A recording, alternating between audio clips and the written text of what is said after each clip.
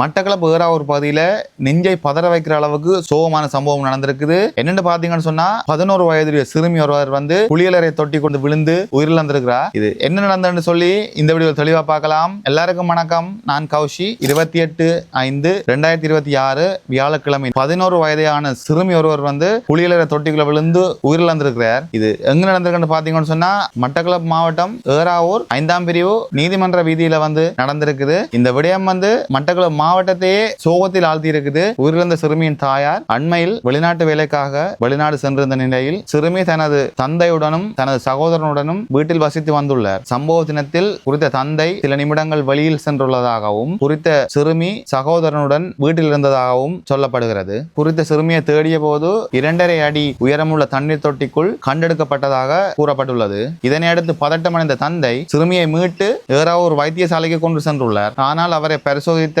வைத்தியர்கள் சிறுமி ஏற்கனவே உயிரிழந்துள்ளதாக தெரியப்படுத்தியுள்ளனர். சம்பவம் குறித்து ஏறாவூர் போலீசார் சம்பவ இடத்துக்கு விரைந்து சென்று விசாரணைகளை மேற்கொண்டுள்ளனர். மேலும் சிறுமியின் சடலம் உடல்கூட்டு பரிசோதனைக்காக வைத்தியசாலையில் வைக்கப்பட்டுள்ளது என தெரிய வந்துள்ளது. இச்சம்பவம் அப்பகுதியில் சோகத்தையும் அதிர்ச்சியையும் ஏற்படுத்தியுள்ளது. இப்படியான விடயங்களில் பெற்றோர்கள் கூடுதலான கவனம் எடுக்க வேண்டும் என்பது எனது கருத்து. பெற்றோர்களாகிய நீங்கள் உங்களுடைய பிள்ளைகளை பாதுகாப்பாக வைத்துக் கொள்ள வேண்டும் என்றால் இப்படியான விடயங்களை வந்து தவிர்த்துக் கொள்வது நல்லது. பிள்ளைகள் மட்டும் வீட்டில் இருக்கிறார்களானால் அவர்களை பாதுகாப்பாக வைத்துக் கொள்ளுங்கள். உங்களுடைய பிள்ளைகளை வந்து அலட்சிய போக்கா வச்சிருக்காமல் இப்படியான விடயங்களை வந்து கூடுதல் கவனம் கொடுத்து உங்களுடைய பிள்ளைகளை வந்து கவனமா வச்சுக் கொள்ளுங்க. ஏன்னு சொன்னா அங்க நடந்த விடயம் நாளைக்கு இங்கே நடக்கலாம். நீங்கள் எங்கே வெளியில போற சந்தர்ப்பங்களில உங்களுடைய பிள்ளைகளின் பாதுகாப்பை உறுதிப்படுத்தி விட்டு நீங்கள் வெளியில செல்லுங்க. பிள்ளைகள் இருக்கிற இடத்துல குளியலறையில வந்து தொட்டிகள் ஏதாவது இருந்தால் முழுமையாக நிறைத்து வைக்க வேண்டாம். இப்படியான விடயங்கள் வந்து நடக்கிறதுக்கு நிறைய நேரம் எடுக்காது. எல்லாத்தையும் கவனத்துல கொண்டு நடந்து கொள்ளுங்க. இன்னொரு வீடியோவில் சந்திக்கிறேன். பாய்.